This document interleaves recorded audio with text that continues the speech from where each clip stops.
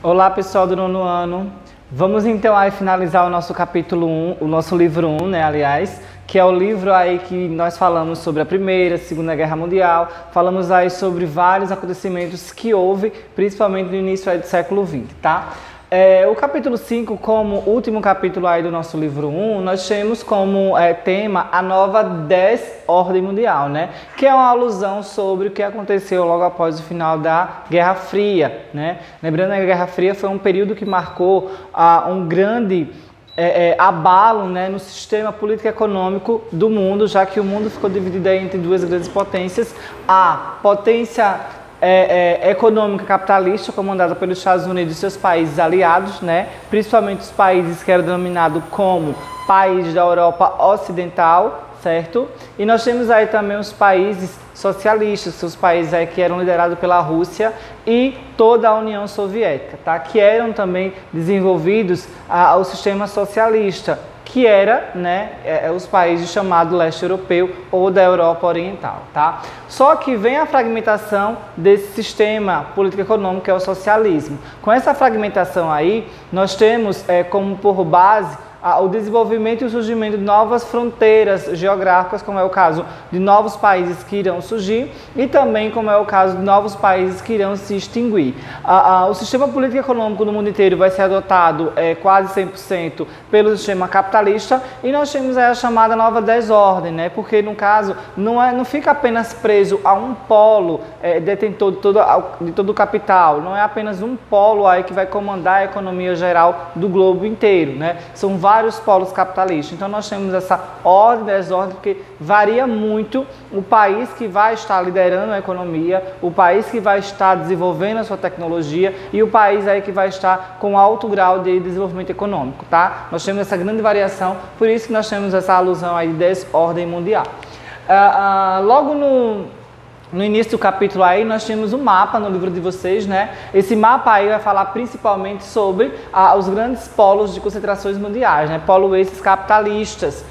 E nós temos dois tipos de polos capitalistas. Os polos capitalistas primários e os polos capitalistas secundários. Lembrando que os polos capitalistas primários são os polos aí mais ricos e são os polos mais desenvolvidos, né? São as áreas mais desenvolvidas, as áreas mais ricas. E os polos secundários são os polos chamados países emergentes, certo? Então, os países ricos, países subdesenvolvidos, detentores da maior parte do desenvolvimento econômico e posteriormente detentores aí de grande potencial tecnológico, potencial aí artificial, como é o caso da internet, tecnologia, entre outros. E nós temos os polos de setores secundários, né, que ainda são países que são avaliados como grandes exportadores de matéria-prima, né, ou de commodities.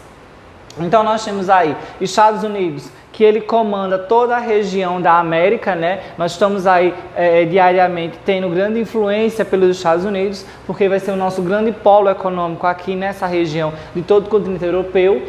Nós temos aqui a região da União Europeia, que são os países detentores aí de grande riqueza, que chega a ser maior, né, certas vezes, essa União Europeia, do que o próprio Estados Unidos, a arrecadação que elas têm na questão econômica, que vai ter uma grande influência não só na região da Europa, mas também na região do leste europeu e nessa região da África, já que a África foi uma das colônias aí, foram colônias dessa região da Europa, né, de vários europeus. E nós temos também a região aqui do Japão, que é uma região com grande polo tecnológico, principalmente voltado para a construção e o desenvolvimento de robôs, tá? Então nós temos a União Europeia, nós temos os Estados Unidos, nós temos o Japão. Já do polos secundários aí, nós temos países denominados ricos economicamente, mas pobres socialmente, como é o caso aqui da China, né, que vai ter aí uma grande quantidade de riqueza, a segunda maior economia do mundo, porém essa economia não é suficiente para ficar no seu território, já que a maioria das indústrias e empresas chinesas são indústrias multinacionais, a riqueza vai para fora, né? E a China ainda sofre com a grande desigualdade social, concentração de renda e entre outros, tá? Temos também a questão do Brasil, por ser um país totalmente voltado, por ser um país subdesenvolvido, né? Um país que está em desenvolvimento, ele também vai sofrer com esses tipos de consequência, tá? Então nós temos os polos tecnológicos primários e os polos tecnológicos secundários, ou polo de poder. ok? Com isso aí também nós temos a União Europeia, né? O que é que nós temos aí com a União Europeia? Lembrando que no ano passado nós falamos sobre a União Europeia, nós vimos como foi esse contexto do surgimento da União Europeia. Mas por que nós iremos falar sobre a União Europeia, né? Porque ele é um conjunto de países aí que são totalmente ricos, totalmente desenvolvidos e é a região, uma das regiões mais ricas do mundo, né? Uma região mais rica aí do mundo, essa União Europeia, né? Que chega o PIB dela, né? O valor aí que ela produz anualmente ser maior do que o próprio valor dos Estados Unidos, chegando a quase 20 trilhões de dólares. Com relação aos Estados Unidos, chega a ser 1 trilhão a menos, ok? O que é que nós temos aí, né? Lembrando que a União Europeia ela surge num contexto chamado Guerra Fria, né? Ela vai surgir praticamente em 1948, quando alguns países, que são os denominados países que não irão fazer parte dessa guerra, né? Desse conflito aí, eles entram em um acordo e esses países então são chamados aí de Benelux, tá? Bélgica, Holanda e Luxemburgo. Esses 4 países irão se juntar e os mesmos países aí irão desenvolver uma certa amizade e no qual eles vão surtir efeitos econômicos, já que eles vão juntar-se em si, né, e fazer uma parceria econômica, desenvolvendo o primeiro bloco econômico mundial, denominado Benelux, tá? Primeiro e também europeu.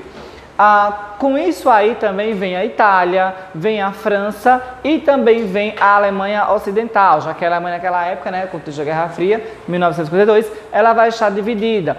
Vai surgir aí então mais 6 países, né? Surge França, Itália e Alemanha Ocidental, mais os 6 países do Benelux, formando então a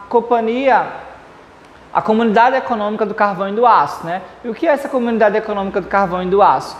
São 6 países que se juntaram principalmente para desenvolver trocas de mercadorias ou venda de mercadorias que tem a ver com o carvão e também tem a ver com o produto que é o aço. Por que esses 2 produtos, né? Porque foram os principais produtos naquela época, em 1952, a serem mais procurados no mercado, já que naquela época ali estava começando a desenvolver bastante indústria naquela época. Então o carvão era o motor de combustão, né? O carvão era, digamos assim, a combustão para os motores das indústrias e o aço era a principal matéria-prima para desenvolver naquela época, já que o aço precisava praticamente para todos os tipos de desenvolvimento e fabricação de produtos, tá? Só que mais países também queriam fazer parte disso aí. Nós temos 12 países, entra mais 6 países, né? Entra aí o Reino Unido, a Irlanda, Dinamarca, Grécia, Portugal e Espanha, formando então a nação dos 12. Esses 2 países aí formam o mercado comum europeu, porque não só apenas eles vão discutir a questão do carvão e do aço, eles também vão discutir a questão da circulação de mercadorias e circulação de pessoas dentre esse bloco econômico aí, formando um dos maiores blocos econômicos e mais sofisticados do mundo, tá?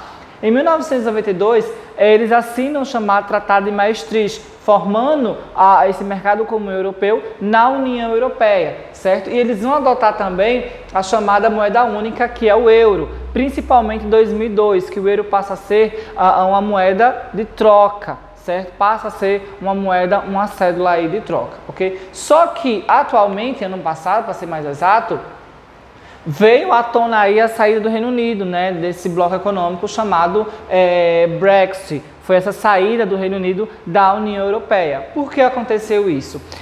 O pessoal estava insatisfeito com algumas políticas adotadas pela União Europeia, principalmente os ingleses, né?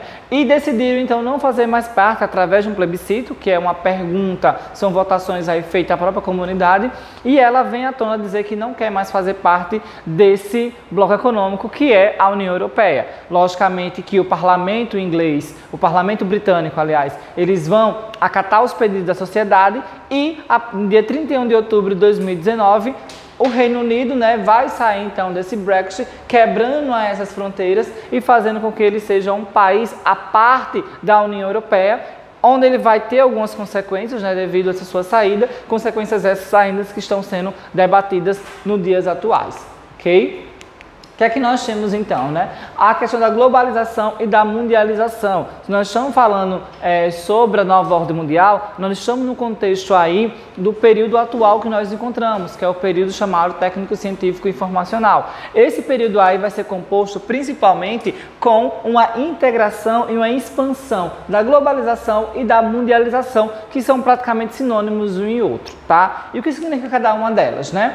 A globalização é um processo de integração entre as pessoas, entre a sociedade, né, no caso aí, contribuindo com o planeta para a atuação de grandes empresas multinacionais. Ou seja, surge a globalização, no caso ela vai surgir aí a globalização praticamente no período chamado Grandes Navegações, né, que foi aquele período que nós estudamos lá no capítulo 2, capítulo 3, no capítulo 1, capítulo 2, né, que foi aquele processo no qual houve a chegada dos europeus aqui na região, não só da América, mas também na África, e começa então essa troca de informações, essa troca aí, digamos que, essa troca de conhecimento, essa troca de cultura e essa troca aí de diversos tipos de materiais, né? Então, essa globalização, ela surge já no século XV com essas grandes navegações aí. E ela vai se acentuar, ela vai ficar mais, digamos que, aguda no período atual. Por quê? Porque há um aumento dos lucros entre as empresas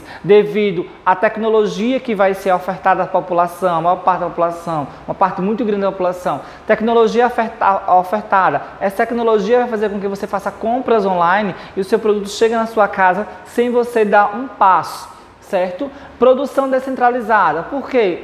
Vai ser bom e vai ter produção descentralizada. Uma multinacional, ela não fica no seu país de origem. Ela vai para países menos desenvolvidos, fazendo com que lá ela pegue matéria-prima mais barata, ela pegue também mão de obra bem mais barata e o seu custo de produção seja baixo, porém mantido o valor padrão do seu produto. Ou seja, o lucro vai ser bem maior porque a sua produção ela não vai ficar apenas centralizada em uma região. Vai descentralizar a sua empresa, né? Vai descentralizar aí a mão de obra e também vai descentralizar essa questão da produção, ok? Ampla tecnologia, né? Lembrando que essa tecnologia vai ficar evidência principalmente nos países mais desenvolvidos, que são os países mais ricos. Já os países como o Brasil, que são os países emergentes aí, ele vai ter, digamos que, uma certa dependência tecnológica, né? Ele não vai ter dinheiro suficiente para se desenvolver e sempre vai ficar aí dependendo dos países mais ricos para desenvolver o seu aspecto tecnológico. E uma grande circulação não só de pessoas, né? É mais fácil atualmente você viajar de um local para o outro porque houve aí essa introdução desse meio técnico científico informacional e teve também a evolução dos transportes. Então vai ter uma circulação de pessoas bem mais fácil, circulação de mercadorias também, uma circulação de informação e a circulação de capital, né, que são aquelas compras online, ok? Então tudo isso aí melhora, contribui para a atuação não só das empresas multinacionais, mas também para a atuação de vários tipos de corporação, tá? Com isso aí também nós temos a mundialização, que é o resultado da intensificação da globalização, tá? Nós temos aí, ó, a intensificação das relações que se estabelece entre os agentes econômicos dos diferentes pontos do espaço mundial, ou seja, agentes econômicos, no caso, sejam as multinacionais. Essa multiplicação, né, das multinacionais, essa multiplicação aí desses agentes aí mundiais faz com que haja uma mundialização e o mundo torne-se apenas um mundo só, né, formando-se uma coisa homogeneizada, ok? Essa homogeneização vai fazer com que a cultura, certas culturas, elas fiquem de fora, culturas aí perdam seu sentido, como é o caso da cultura americana, está fragmentada, está fincada aqui em toda a região da América, né? Como assim fincada a cultura americana? Cultura americana estamos referindo para a cultura dos Estados Unidos, a cultura estadunidense. Essa cultura é tão forte, tão rica com seu poder de disseminação, que todos os brasileiros aí, a não ser a maior parte dos brasileiros e dos latino-americanos, eles têm consigo um aspecto de cultura americana, o modo de vestir, o modo de utilizar algum tipo de música, né, escutar algum tipo de música, assistir filmes, principalmente na Netflix, entre outros. Essa cultura americana está fazendo parte atualmente da nossa cultura brasileira, fazendo com que haja essa multiplicação e essa intensificação desses valores aí que não são nossos. A gente pega aí devido a esse bombardeamento que nós temos diariamente. Quem são os principais agentes dessa globalização, né? Tem que ter aí, digamos, alguns tipos de agentes que façam com que essa globalização ela se expanda, ela ganhe aí fronteiras e fique até mesmo sem fronteiras físicas, né? As multinacionais, como nós já vimos aí, né? Até aqui em própria Arapiraca tem grandes empresas multinacionais fazendo parte desse conjunto. Além delas aí, nós temos as organizações internacionais, como é o caso do FMI, como é o caso do BID, como é o caso da OMC, que é a regulamentadora de todo o processo do espaço e trabalho, né? Nós também temos aí as políticas econômicas neoliberalistas. O que seriam essas políticas econômicas neoliberalistas? É quando um país adota, digamos que um país faz com que as empresas multinacionais entrem no seu estado, né, entrem na sua região, e elas não vão fazer com que tenha um poder, digamos que, intervir nessa indústria, né? As indústrias e as empresas, elas por si só desenvolvem o seu tipo de produto e diz também qual é o tipo de valor que quer ser vendido. O neoliberalismo é a pequena intervenção do Estado na economia. Para que o Estado, então, vai intervir na economia? Certo? O Estado intervém na economia, vamos supor um exemplo atual, através, digamos, de uma crise que nós estamos enfrentando agora, né? O Estado vai intervir na economia. De que forma? Gerando alguns subsídios, como é o caso daquele auxílio emergencial, gerando aí empregos públicos futuramente para pegar essa parcela da população que ficou, digamos que desempregada devido a essas crises que nós vamos enfrentar e nós estamos enfrentando. Então, o Estado, ele entra, né, o governo, o Estado, ele entra apenas, né, para fazer algum papel que as empresas multinacionais elas são incapazes de fazer, ou então organizações multinacionais. Mas ela não tem o poder aí de intervir na economia, digamos, privada, ok? E também nós temos as questões de privatizações, né? O que é privatizar? Privatizar é você pegar uma empresa que era do Estado, uma empresa que era voltada principalmente para o dono, o Estado, e ser vendida para uma empresa multinacional ou ser vendida aí para o capital privado, como é o caso aí da Vale Verde, né? A Vale, aquela grande mineradora, ela era brasileira, porém ela foi privatizada, né? Foi vendida para uma neozelandesa, certo? E também nós temos os blocos econômicos, né? Como nós vimos aí, os blocos econômicos são conjunto de países que servem principalmente para fazer uma cooperação, eles se juntam para desenvolver algum tipo de relações econômicas, sempre relações econômicas. E será que o nosso mundo encolheu com o passar do tempo, né? De 1500 até até o século 21, será que o mundo ele vai encolher? O mundo não encolhe. O que é que nós temos então? O que vai diminuir as fronteiras, né, físicas, e vai diminuir também as fronteiras da comunicação. Então, se em 1500 eu pensava assim que o mundo era um mundo muito grande, era porque não existia tecnologia suficiente para a gente se comunicar como nós estamos fazendo agora, e também não havia tecnologia suficiente para fazer com que os transportes chegassem de um local para o outro bem mais rápido. Com o passar do tempo, esse mundo ele começa a encolher. Por quê? Encolhendo-se o mundo, desenvolve as tecnologias que vai fazer com que haja informações simultâneas através das mensagens de texto, e também haja aí os aviões bem mais rápidos levando você de um local para o outro. Então o mundo ele não encolhe. O que melhora é a comunicação, que facilita a comunicação e facilita aí a locomoção das pessoas e das mercadorias. É chamado então de aldeia global o momento atual que nós estamos, né? Por que chamar de aldeia global? Porque todos nós, né, estamos, digamos que, nos comunicando na mesma aldeia. Todos nós aí nós temos uma mesma comunicação simultânea, né? E todos nós estamos inseridos nesse espaço global que é o meio técnico científico e informacional, que é a questão da globalização. Todos estamos aí conectados, alguns conectados bem mais densamente, como é o caso dos países mais desenvolvidos, outros menos, como é o caso dos países menos desenvolvidos, né? A globalização, como foi falado anteriormente, nos anos anteriores, ela é um processo heterogêneo. Por quê? Porque vai acontecer em todos os locais, porém com intensificações diferenciadas. Países mais ricos, globalização bem mais frequente. Por quê? Grande desenvolvimento de tecnologia, grande desenvolvimento de transportes. Países mais pobres, a globalização ela vai chegar de uma forma bastante heterogênea, devido aí pouca tecnologia naquelas regiões, só nos polos mais desenvolvidos ou nas regiões mais desenvolvidas, e regiões aí que não vão estar aptas a receber essa grande tecnologia, tá? Então essa aldeia global que vai ser o mundo atual que nós estamos conectados, com principalmente as redes de comunicação e redes de transporte, tá? Nós temos aí também tecnologia e desigualdade social, né? Olha, e desigualdade. Como foi falado anteriormente, nós temos aí os avanços tecnológicos. Houve avanço tecnológico, principalmente aí no contexto da Guerra Fria, que foi o principal ponto de desenvolvimento dos foguetes, dos satélites e de toda a comunicação que nós temos hoje através dos computadores, né? Então, os avanços tecnológicos, eles surgem praticamente nessa época aí. Vai ter uma grande ampliação dos fluxos. Nós vamos ter dois tipos de fluxos, tá? Os fluxos são movimentações de pessoas, movimentações de comunicação, movimentações de transportes. Nós temos dois principais fluxos aí. O primeiro fluxo que nós vamos falar vai ser sobre o fluxo de comunicação, né?